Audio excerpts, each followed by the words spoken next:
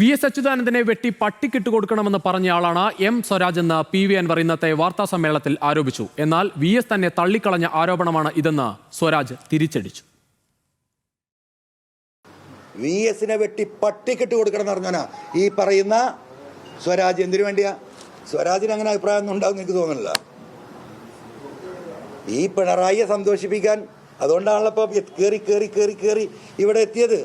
ആ വിമർശനത്തെ സംബന്ധിച്ച് 2016 തന്നെ വി.എസ്. മറുപടി പറഞ്ഞിട്ടുണ്ട്. അത് ആലുവ ഗസ്റ്റ് ഹൗസിൽ വന്നപ്പോഴാണ്. എനിക്ക് തോന്നുന്നു അന്ന് വി.എസിനോട് ചോദിച്ച മാധ്യമപ്രവർത്തകൻ തന്നെ ഇവിടെ ഉണ്ടെന്നാണ് എനിക്ക് തോന്നുന്നത്. അതെ. അപ്പോൾ അതിന് വി.എസ്. കണക്ക് തീർത്ത് മറുപടി പറഞ്ഞിട്ടുണ്ട്. അപ്പോൾ വി.എസിനെ നമുക്ക് വിശ്വസിക്കാം ആ കാര്യത്തിൽ. നമ്മോടൊപ്പം ഇപ്പോൾ അർജുൻ രാജ് കൂടി നേരത്തെ ഉണ്ടായിരുന്നു. അർജുൻ രാജ് ചേരുകയാണ്. അർജുൻ, നമ്മൾ നിലമ്പൂരിലെ ആ വിഷയത്തിലേക്ക്, പ്രത്യേകിച്ച് അൻവറിന്റെ വാർത്താ സമ്മേളനത്തിൽ ഉണ്ടായ ആ പ്രതികരണങ്ങളിലേക്ക് പോവുകയാണ്. നിലമ്പൂരിൽ അൻവർ മത്സരിക്കുന്നതിൽ അത്ഭുതമൊന്നുമില്ല. പക്ഷേ അതിലേറെ കൗതുകം തോന്നിയത് അൻവർ എല്ലാവരെയും പിണറായിയായി കാണുകയാണെന്ന് തോന്നുന്നു. കാരണം വി.ഡി. സതീശൻ പിണറായിയുടെ ആളാണ് എന്ന് പറയുന്നു. മത്സരിക്കുന്ന സ്വരാജ് പിണറായിയുടെ മുന്നണി പോരാളിയും ആര്യാടൻ ഷൗക്കത്ത് അടക്കം പിന്നണി പോരാളിയുമാണെന്നൊക്കെയാണ് ആരോപണം പറയുന്നത്. അൻവർ എത്ര പിണറായിമാരെ കാണുന്നുണ്ട് എന്നാണ് ചോദ്യം.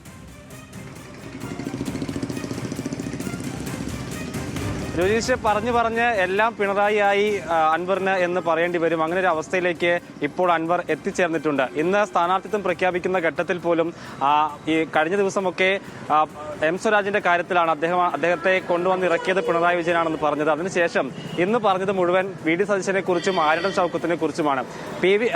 ഇത്തരത്തിൽ ഇപ്പോൾ തന്നെ ഇങ്ങനെ യു.ഡി.എഫിൽ നിന്ന് പുറത്താക്കാൻ അല്ലെങ്കിൽ ഈ ഒരു പ്രതിസന്ധി ഉണ്ടാക്കിയതിന് കാരണക്കാരൻ പ്രതിപക്ഷ നേതാവ് വി.ഡി. സതീശനാണെന്ന് അൻവർ ആരോപിക്കുന്നുണ്ട്. അതിന് പിന്നിൽ പിണറായി വിജയനാണെന്ന് പറയുന്നു. ആര്യാടൻ ഷൗക്കത്തിന്റെ പിന്നിലും പിണറായി വിജയൻ ഉണ്ടെന്ന് പറയുകയാണ് അൻവർ ചെയ്യുന്നത്. അങ്ങനെ എല്ലാം പിണറായിയായി മാറുന്ന ഒരു രാഷ്ട്രീയ അവസ്ഥ അൻവറിനുണ്ട് എന്നുള്ളത് അദ്ദേഹത്തിന്റെ ഇപ്പോൾ എത്തിച്ചേർന്നിരിക്കുന്ന അവസ്ഥയായിട്ട് കൂടി പറയേണ്ടി വരും. എന്തായാലും ഇനി തന്റെ രാഷ്ട്രീയ തന്ത്രജ്ഞതയിൽ ചെയ്യാനുള്ള അവസാനത്തെ അടവാണ് അൻവർ പ്രയോഗിക്കുന്നത്. അത് സ്ഥാനാർത്ഥിത്വമാണ്. മറ്റൊരു സാധ്യത അൻവറിന് ഇനി മുന്നിലില്ല.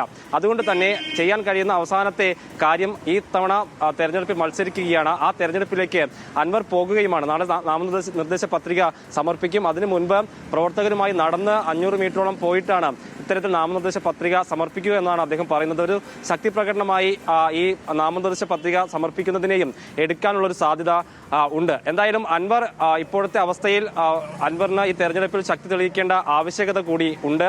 അതായിരിക്കും അൻവറിന്റെ വരുന്ന തെരഞ്ഞെടുപ്പിലൊക്കെ അൻവറിന്റെ ഭാവി കൂടി നിശ്ചയിക്കുക. അങ്ങനെ വിലപേശാൻ തക്ക ഒരു ശേഷി അൻവറിന് ഈ തെരഞ്ഞെടുപ്പിൽ ഉണ്ടാകുമോ എന്നുള്ളതാണ് എടുത്തു പറയേണ്ട കാര്യം. യു.ഡി.എഫിന്റെ തെരഞ്ഞെടുപ്പ് പ്രഖ്യാപനം വന്ന ഘട്ടം തൊട്ടാണ് അൻവറിന് ഇത്തരത്തിലൊരു പ്രതിസന്ധി ഉണ്ടായത്. അൻവർ പ്രതീക്ഷിച്ച സ്ഥാനാർത്ഥി വി.എസ്. ജോയി ആയിരുന്നു. അത് മറികടന്നുകൊണ്ട് ആര്യാടൻ ഷൗക്കത്ത് വന്നതിന് പിന്നാലെയാണ് യു.ഡി.എഫുമായുള്ള ഒരു സഹകരണത്തിൽ നിന്ന് അൻവറിന് പിന്മാറേണ്ടി വരികയും ഒരു പ്രതിസന്ധി ഉണ്ടാവുകയും ചെയ്തത്. ആ ഘട്ടത്തിൽ അൻവർ മുന്നോട്ട് വെച്ച ഉപാധികളൊന്നും യു.ഡി.എഫിന്റെ ഭാഗത്തുനിന്ന് പ്രതിപക്ഷ നേതാവ് വി.ഡി. സതീശൻ അംഗീകരിക്കാൻ കൂട്ടാക്കിയില്ല. ഒന്നാമത്തെ കാര്യം ഒരു സിറ്റിംഗ് സീറ്റ് നൽകണമെന്നതായിരുന്നു. അത് നൽകാൻ കഴിയില്ല എന്ന് യു.ഡി.എഫ് നേതൃത്വം, പ്രത്യേകിച്ച് കോൺഗ്രസ് നിലപാടെടുത്തു. അങ്ങനെയാണെങ്കിൽ ജയിക്കാൻ സാധ്യതയുള്ള ഒരു സീറ്റ് തനിക്ക് അടുത്ത നിയമസഭാ തെരഞ്ഞെടുപ്പിൽ കരുതി വെക്കണം എന്ന ആവശ്യം അൻവർ മുന്നോട്ട് വെച്ചു. അപ്പോഴും നിറഞ്ഞ പരിഹാസമായിരുന്നു മറുപടി. അതായത് എല്ലാ സീറ്റിലും അൻവറിന് മത്സരിക്കാമല്ലോ എന്ന് ഒരു നേതാവ് ചോദിച്ചു.